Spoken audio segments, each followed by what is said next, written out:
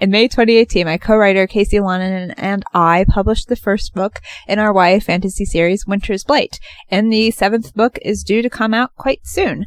And I have been doing a series of videos, of which this is the last, about different things learned and encountered while doing those books in the series over the past several years with a co-writer. And the first video in the series looked at some big overall lessons learned.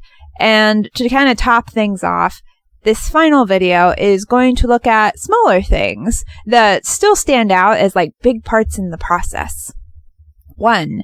Characters do what they want. Our main character, Deirdre, is the boss of me. I am usually a big planner, doing pretty detailed outlines of scenes before I write them. But Deirdre's scenes? Oh no, that won't work. Any planning I do is futile. She'll do her own thing. I never really know what she's thinking or what she's feeling until I'm in the scene writing it. And all of my attempts to plan will go to waste. I will have wasted that time and I'll never get it back. It is infuriating and I hate it. Why does she do this? I don't have this problem with any other characters. Is this some sort of fairy magic? She is a fairy. Is this some kind of curse for writing a fairy character? Have I angered the fairy gods? 2. Your co-writer can make you change your mind about things, which I was not expecting. I used to not be fond of gothic literary genre and tropes. However, Casey slowly wore me down over the years of working on this series, and now I am fond of the gothic literary stuff. I now feel a sort of joy on feeling gothic tropes and stories that you would feel upon seeing a bunch of happy, adorable kittens or something. Are you happy now, Casey? Are you? Are you? 3rd lesson learned. The characters you wouldn't want to meet are the most fun to write. So Alvy starts off as kind of a brat thanks to her fairy parents spoiling her, until she starts to mature thanks to character development. But before then, she really wouldn't be fun to hang out with at all. But writing her is an absolute blast all the time, especially when she's being really difficult. In short, the more impossible a character's personality is, the more possible it is to have a grand time writing her.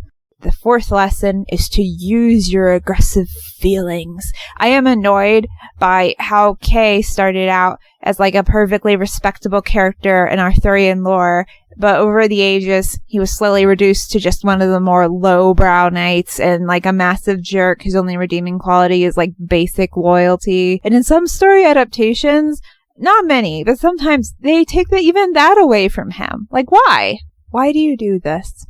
Why are you the way that you are to Kay? Is it because he's Welsh?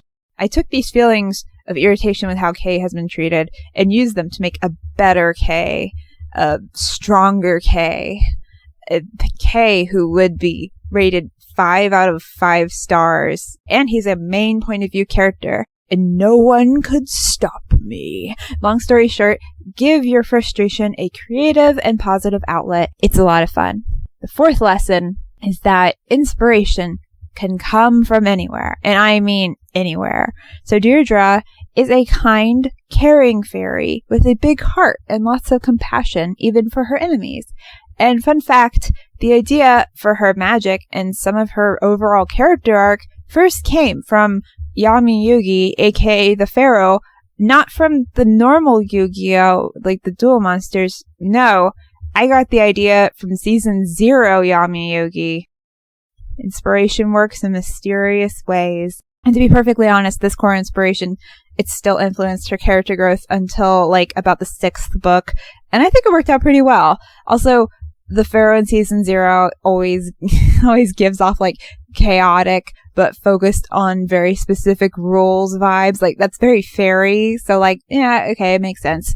The 6th lesson is the unexpected and unplanned can be what's best for the series. Casey's character Cecil was initially planned to be a one-note villain who James would defeat, and it would be simple and awesome. However, he soon took on a life of his own, and every step of the way, Casey would plan for him to do something, and he'd laugh and say, "No, darling, I'm doing this other thing instead," and there was no stopping him.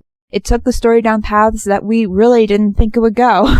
And ultimately, when you think about it, this sort of stubbornness is actually a pretty good trait for an antagonist character to have. So it all kind of works out. 7.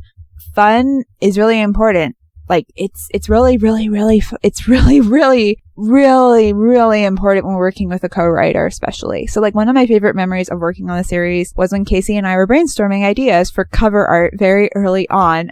So to help with this process of brainstorming, I illustrated ideas, and it got very strange. There was everything from, like, dude with abs cover art to Deirdre and Ian having a race while carrying Alvy and James on their shoulders respectively, and like Alvy and James were like wielding weapons or something. It was so dumb, but it was a lot of fun, and we did get, you know, some good ideas from it. So yeah, I mean, sadly we don't have, well, no, actually I was gonna say sadly we don't have any dude with abs covers, but like honestly, no. I mean, the only way we would ever have that cover would be, like, ironically, like, if we had a parody of our own series, maybe from Cecil's point of view, and the cover art was Cecil. No one would want that. Cecil is a pasty boy. Oh my God. Honestly, writing and publishing a series involves lots of hard work and blood and sweat and tears and all, you know, all that fun stuff. But like, actually having fun is just as important, and it makes you want to actually write the series, and it makes you actually want to write another series. We're already talking about writing more books and writing another series and a whole new story world. So yeah. And also fun is really important because it also, like, it prevents you and your co-writer from just hating each other, and, you know, someone suspiciously disappears on a writing retreat. You know, that would kind of put a damper on the series, but yeah. Anyways, I will see y'all in the next video. Bye bye!